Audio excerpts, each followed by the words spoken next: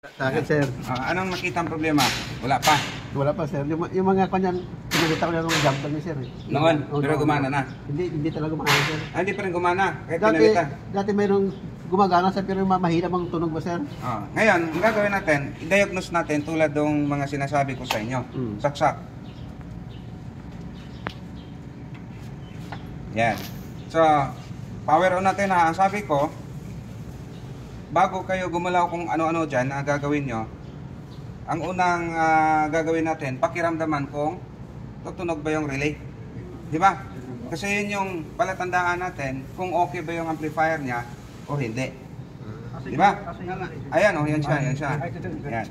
Okay, power on natin. May power. Huwag huminga. Masyadong mahaba na yung time, hindi pa siya tumunog. Ngayon, ano bang dahilan bakit di siya pumitik? Anong dahilan? May pumasok na DC, either left or right. Kaya nasa-sense niya, hindi niya papaandarin yung amplifier mo. Kahit buo yung kabilang channel dyan, yung isa sira, walang output na ibibigay doon dahil may DC na pumasok. Ngayon, tingnan muna natin kung meron pang supply. Check natin ha. Itong dalawang fuse. Meron. 120. Tingnan natin kung tumagos ba. Uy, parang hindi. Meron. 120. I-ground natin to kung meron ba. Meron. Pag binaliktad, meron. So, buhay. Ibig sabihin, walang problema. Ngayon, nakita niyo yung coil na yan. Yan. Ito yung para sa, kung left to, ito yung left. Kung right, ito yung right. Konektado yung mga yan dito sa mga puti na yan. Kasi output yan eh. Yung mga, ang tawag dyan ay emitter resistor. Bawat isang output dyan ay merong tig-isa din sila. Ganon din sa kabila.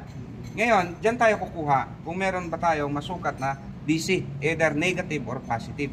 So set lang natin yan. 50 para kita. Unahin natin to. Sa coil, pinakapuno, wala. Dito sa emitter resistor, wala. Ibig sabihin clear tayo doon. Pero hindi ibig sabihin na walang tama yon. Wala lang DC. Ayan. Dito tayo sa kabila. Dito tayo. Uy, may negative ah. Tumalo. Coil tayo ha.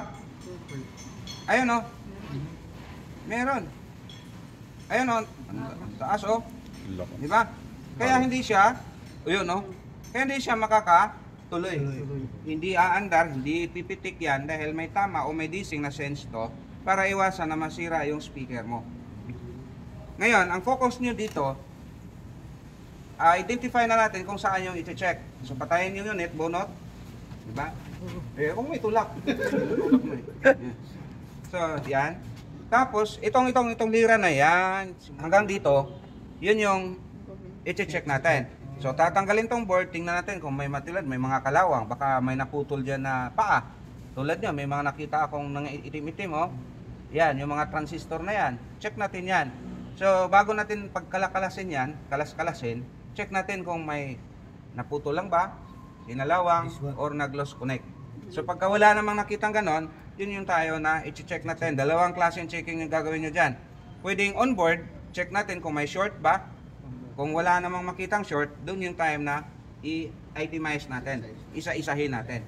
Pero, hindi na kailangang punta ka kung saan-saan. Kasi, focus ka lang dyan kung ilang pyesa lang ang i-check mo. Dahil na-identify natin kung saan yung tama. Gets ba yun? Gets, sir. Okay. Tuloy.